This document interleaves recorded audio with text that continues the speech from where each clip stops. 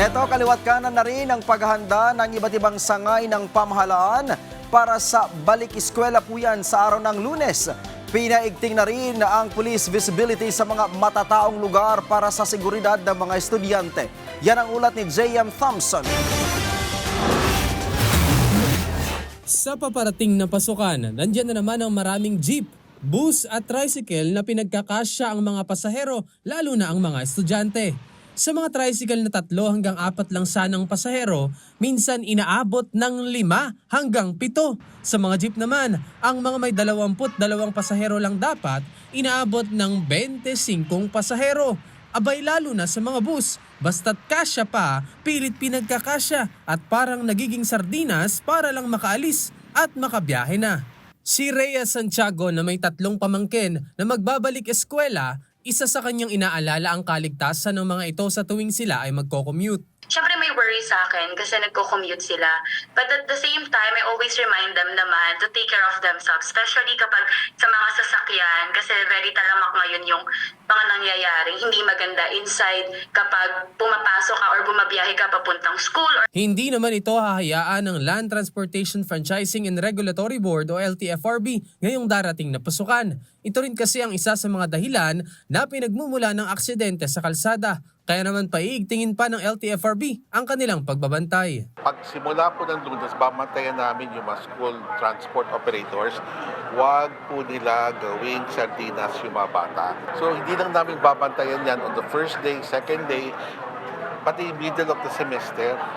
Ayaw sana namin makita na nagagawang sardinas yung mga bata. In that case, siguro mas mapapanatag yung loob ko kasi hindi na malalas yung worry ko sa mga pamangkin ko knowing na malalas na din yung mga sasakay ng mga transportation doon sa panukala ng LTFRB. Naiintindihan naman ng ahensya ang mga pumapasada dahil dagdag kita ang pasahe ng dagdag na pasahero.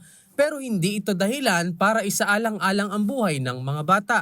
Dahil dito, inihahanda ng ahensya ang tulong para sa mga school transport operators na mabigyan ng subsidiya. We will call a meeting with the major school transport operators sa mga major universities, kasama na dyan yung PUP, gano'n, no?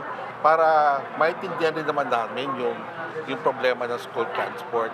And if necessary, we will make the necessary recommendation para isama rin sila dun sa 10 pesos per liter na discount na binibigay sa jeepney at saka vans. Samantala, sisiguraduhin din ng PNP ang seguridad ng inaasahang mahigit 2 milyong mga estudyante na magbabalik eskwela ngayong June 8. Magde-deploy ng higit 4,000 mga pulis sa iba't ibang paaralan sa Metro Manila. Magbabantay ang kapulisan para maiwasan ang nakawan, aksidente at bullying sa mga paaralan.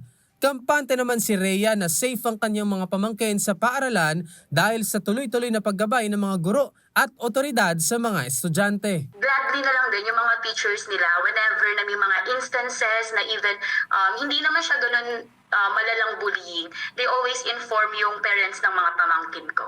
Inaasahang nakakalat ang mga kapulisan sa 200 assistance desk, transport terminal, pedestrian crossing, loading at unloading areas at mga lugar na maraming tao na posibleng puntahan ng mga estudyante. Kaya mas pinalakas pa ang kanilang mobile patrols at pakikipag-ugnayan sa paaralan para sa mas ligtas na balik eskwela. Sila po ay nakatutok hindi lamang po sa start or sa simula po ng pasukan, maging all throughout the school year po ay sila po yung nakaantapay dito sa ating mga school, sila po yung i-deploy natin para siguraduhin po na year-round or yung buong school year po ay meron pong tututok sa ating mga paaralan. J.M. Thompson para sa Pambansang TV sa Bagong Pilipinas.